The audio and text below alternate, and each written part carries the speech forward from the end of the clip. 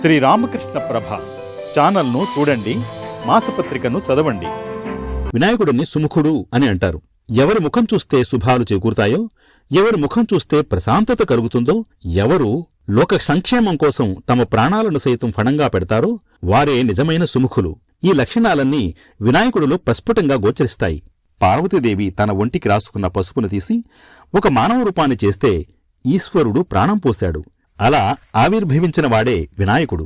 పార్వతీదేవి తన ఒంటికి రాసుకున్న పసుపుతో వినాయకుణ్ణి సృజించడం, ద్వారం దగ్గర కాపలా పెట్టడం, ఇంతలో అక్కడికి వచ్చిన శివుణ్ణి వినాయకుడు అడ్డుకోవడం, శివుడు ఆగ్రహంతో వినాయకుడి శిరస్సును ఖండించడం, పార్వతీదేవి దుఃఖోపశమనం కోసం శివుడు వినాయకుడికి ఏనుగు ముఖాన్ని అమర్చి ప్రాణం పోయటం, ఇది ప్రాచుర్యంలో ఉన్న కథ.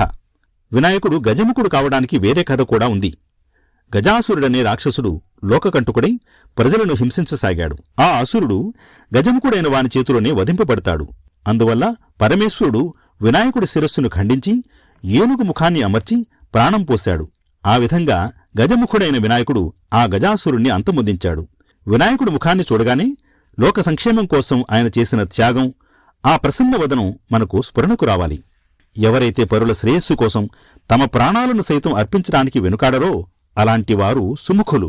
నేడు మన దేశరక్షణలో ప్రాణాలను కోల్పోయిన ఎంతోమంది వీర సైనికులు నిజంగా సుముఖులే.